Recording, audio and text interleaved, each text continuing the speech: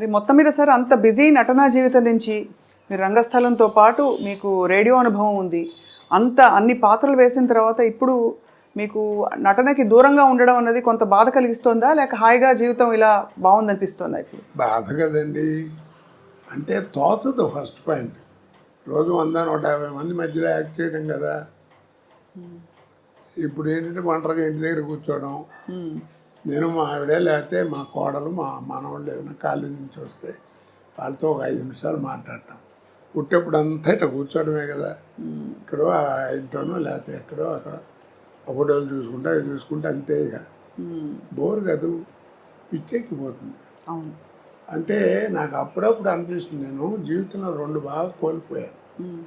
నాకు మళ్ళీ బిజీ అయిన వాడు ఎవరైనా అంతే.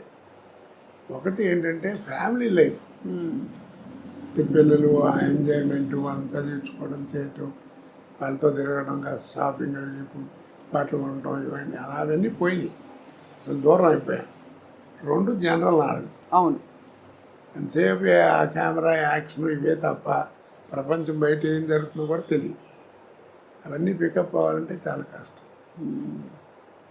సో అలా మీరు మీ స్నేహితుల్ని కూడా బాగా మిస్ అవుతూ ఉంటుంటారు. అంటే సినీ పరిశ్రమలో మీకు బాబు మోహన్ గారు, బ్రహ్మానందం గారు, మీరందరూ బాగా దగ్గర కదా సార్? బాగా క్లోజ్. నాతో అందరూ అలాగే ఉంటారమ్మా. ఎందుకంటే నేను ఎవరితోనూ ఏం కాంట్రవర్సీ లేదు, నాకు వాళ్ళేదో నేను పడతాను. అందరూ అంటారు ఏదో అని, అందరూ కావాలని కూర్చొని కామెడీ చెప్పించుకుంటారు. సినిమాల మీద జోకులు చెప్తామంటే వాళ్ళు చెప్పించుకుంటారు. అందుకనే 40 సంవత్సరాలు బతకగలిగాయి. లేకపోతే కాంట్రవర్సీ అయితే ఇప్పుడు పంపించేవారు. ఏదో ఒకరి గురించి అనడానికి ఏముంది, అనాలంటే బోళ్ళు అనొచ్చు. నిజమే కదా సార్, అంతే. అంటే కానీ మీకు అనే అర్హత కూడా ఉంది ఒకవేళ. ఏదో అర్హత, ఎందుకంటే మీరు మీ స్వానుభవాలే కదా. మీరు 25 ఏళ్ళు రంగస్థల అనుభవం ఉందంటే అది తీసిపారలేని విషయం. ఆ రోజుల్లో మాండలికాలు ఇవన్నీ నేర్చుకోవటం అంటే తమాషాన. టీవీ వస్తుందని ఎవరు అనుకున్నారు కదా.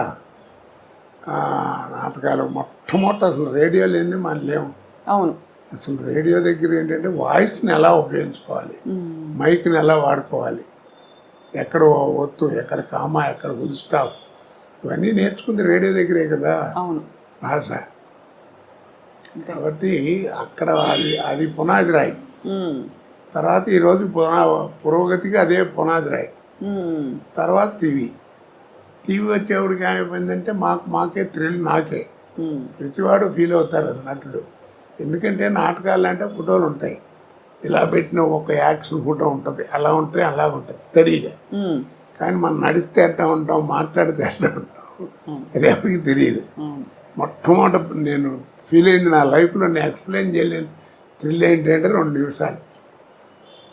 గోవింద్ చౌదరి అని టీవీలో ఉండేవాడు, ప్రొడ్యూసరు.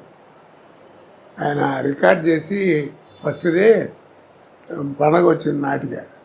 అదే నాటిక ఫస్ట్ రేడియోలో, టీవీలో నా తెలుగు నాటకం ప్రదర్శించబడటం అదే.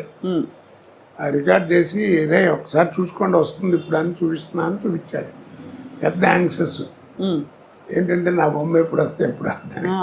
అంటే మనం నడిస్తే ఎట్లా ఉంటాం, మాట్లాడితే ఎట్లా ఉంటాం, ఎలా చూస్తే అసలు తెలియదు కదా. చూసుకుంటే ఆ 2 నిమిషాలు అసలు ఇక ఎవరిని చూసేది కళ్ళము నీళ్ళు వచ్చేసింది నాకు. అదొక అదృష్టం కదా. అవును అవును అవును. ఆ రోజుల్లో అదేది. తర్వాత సినిమా ఇప్పుడు. సో అలా మీరు మరి సినిమా నటన మీకు అలా అమర్నట్టుగా అన్ని క్యారెక్టర్స్ అద్భుతంగా వచ్చి పడ్డాయి. ఒక్కొక్కటి ఒక రకం, అన్ని రసాలు, అంటే మధ్య మధ్యలో నవరసాల్లో లేని రసాలు కూడా పండించారు మీరు. అదే ఇప్పుడు ఒక మాట చెప్పినా నేను. చెప్పండి సార్. ఆర్ట్ అనేది ఒకటి ఇచ్చేది కాదు, ఒకటి పెట్టేది కాదు. వస్తుందా కొంత అబ్బాయిలు నీకు శరీరంలో శారీరకంగా అంటారే, నీకు ఒరిజినల్గా వస్తూ ఉండాలి.